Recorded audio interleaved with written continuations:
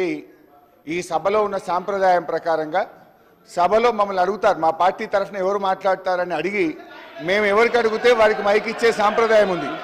కానీ మీరు సభా సాంప్రదాయాలకు తిలోదక. హరీష్ రావు గారు, ఈ సభల ప్రతి సభ్యుడికి మాట్లాడే అవకాశం ఉన్నది. మీరు చేరుకు నేర్పించవలసిన అవసరం లేదు. మీకు అవకాశం ఇచ్చినా మీరు మాట్లాడండి. నాకు చేరుకు నేర్పించవలసిన అవసరం లేదు. ఈ శాసనసభలో ఏ సభ్యుడికైనా మాట్లాడే హక్కు ఉంది.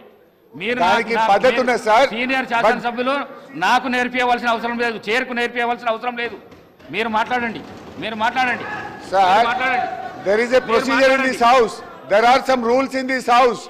ఎప్పుడు అందరి సభ్యులకు మాట్లాడే హక్కు ఉన్నా ఏదైనా ఒక అంశం మీద ప్రధాన ప్రతిపక్షం నుంచి ఎవరు మాట్లాడతారని అడిగి ఆ ప్రధాన ప్రతిపక్షం నుంచి పేరు తీసుకొని మాట్లాడించే సాంప్రదాయం ఈ సభలో ఉంది. ఈ సభా సాంప్రదాయాన్ని తుంగలో దొక్కినందుకు ముందు నా నిరసన తెలియజేస్తూ నేను మాట్లాడుతున్నాను. అధ్యక్ష, ఈ సభ కౌరవుల సభలాగా నడుస్తుంది అధ్యక్ష. బట్ అంతిమంగా పాండవులే గెలుస్తారు, న్యాయమే గెలుస్తుంది, ధర్మమే నిలబెట్టది.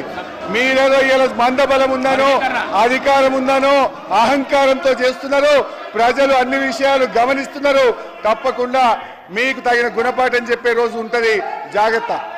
అధ్యక్ష, ఈరోజు 2 అంశాలు అధ్యక్ష. ఎస్సీ వర్గీకరణ మీద భారత సర్వోన్నత న్యాయస్థానం ఇచ్చిన తీర్పును బీఆర్ఎస్ పార్టీ పక్షాన మా యొక్క హర్షాన్ని వ్యక్తం చేస్తూ ఉన్నాం, స్వాగతిస్తూ ఉన్నాం.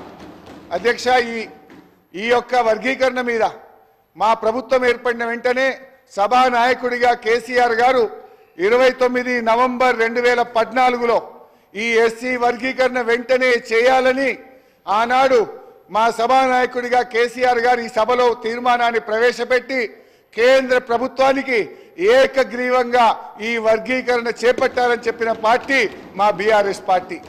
తీర్మానం చేయడమే కాదు అధ్యక్ష, ఎస్సీ వర్గీకరణను వెంటనే చేపట్టాలని ఆ తీర్మానం కాపీని స్వయంగా కేసీఆర్ గారే తీసుకొని ఆనాటి ఉప ముఖ్యమంత్రిగా ఉన్న నాయకులను, దళిత నాయకులందరినీ వెంట పెట్టుకొని వెళ్ళి ప్రధానమంత్రి గారిని స్వయంగా కలిసి దీని వర్గీకరణ యొక్క ఇంపార్టెన్స్ ను ఆ రోజు కేసీఆర్ గారు ప్రధాని గారికి వివరించడం జరిగింది.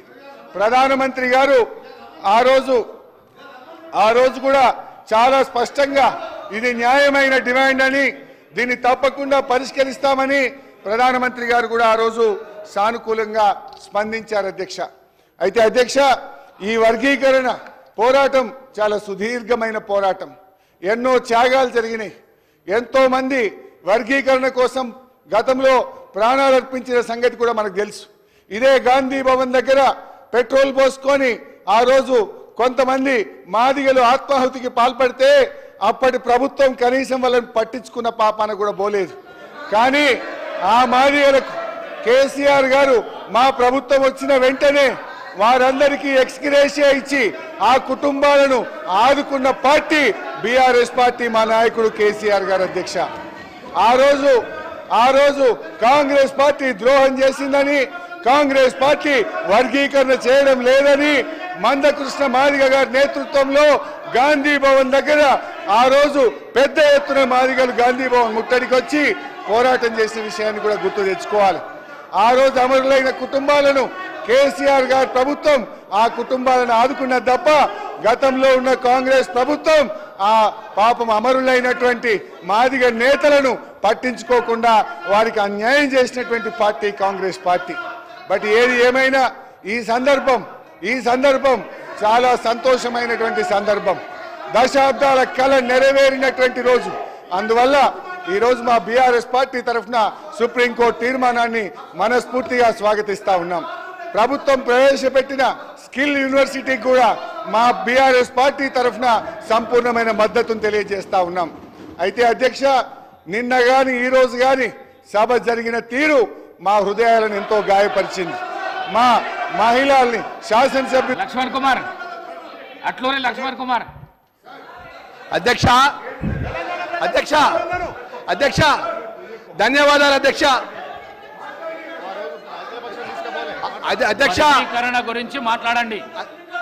వర్గీకరణ గురించి మాట్లాడండి. అధ్యక్ష, 10 సంవత్సరాలు అధ్యక్ష, 10 సంవత్సరాలు అవకాశం ఇచ్చినందుకు ధన్యవాదాలు అధ్యక్ష. 50 సంవత్సరాలకెళ్ళి తెలంగాణ మాదిగల యొక్క పోరాటం మేరకు ఈ రోజు అత్యంత న్యాయస్థానం, భారతదేశంలోని అత్యంత న్యాయస్థానం గౌరవ సుప్రీంకోర్టు మన కొత్తగా ఏర్పడ్డటువంటి గౌరవ ముఖ్యమంత్రి గారు రేవంత్ రెడ్డి గారి నేతృత్వం లోపల ఏదైతే సుప్రీంకోర్టులో తెలంగాణ రాష్ట్ర ప్రభుత్వం ద్వారా వాదనలు నిలిపేయాలంటే మా మాదిగలకు సంబంధించిన గౌరవ శాసనసభ్యులు పెద్దలు దామోదర్ రాజా నేతృత్వం లోపల మీరు ఢిల్లీకి పోవాలి. ఢిల్లీకి పోయి తెలంగాణ